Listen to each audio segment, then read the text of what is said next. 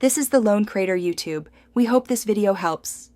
In this video, I will explain how to make an affidavit for an EWS certificate. An EWS certificate is vital for individuals from economically weaker sections, providing a 10% reservation in government jobs and educational institutions. To obtain this certificate, you'll need to submit an affidavit, which is a sworn statement of facts. This document serves as crucial evidence, confirming your eligibility based on specific income and asset criteria. We'll go over each step to ensure your affidavit is correctly prepared and legally sound, helping you secure your EWS certificate smoothly. When preparing your affidavit, it's essential to include specific details.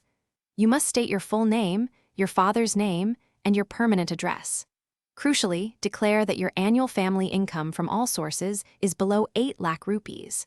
Furthermore, confirm that your family does not own 5 acres or more of agricultural land.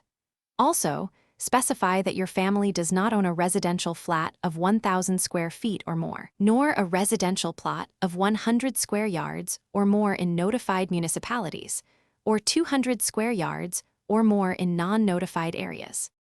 To draft your affidavit, you'll need to use a non-judicial stamp paper, typically valued at 10 or 20 rupees.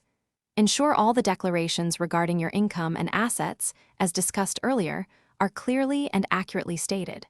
Once drafted, the affidavit must be legally attested.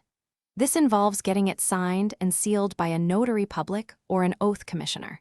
Their official seal and signature are crucial for validating the document, making it legally binding and acceptable for your EWS certificate application. After drafting and notarizing, your affidavit is ready for submission. This document is a critical component of your EWS certificate application.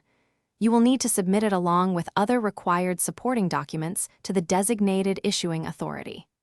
These authorities typically include the Tahsildar, district magistrate, or additional district magistrate in your area. Remember to always keep a clear photocopy of your notarized affidavit for your personal records, ensuring you have proof of submission and the original document's details. Thanks for watching. Consider subscribing if we helped you.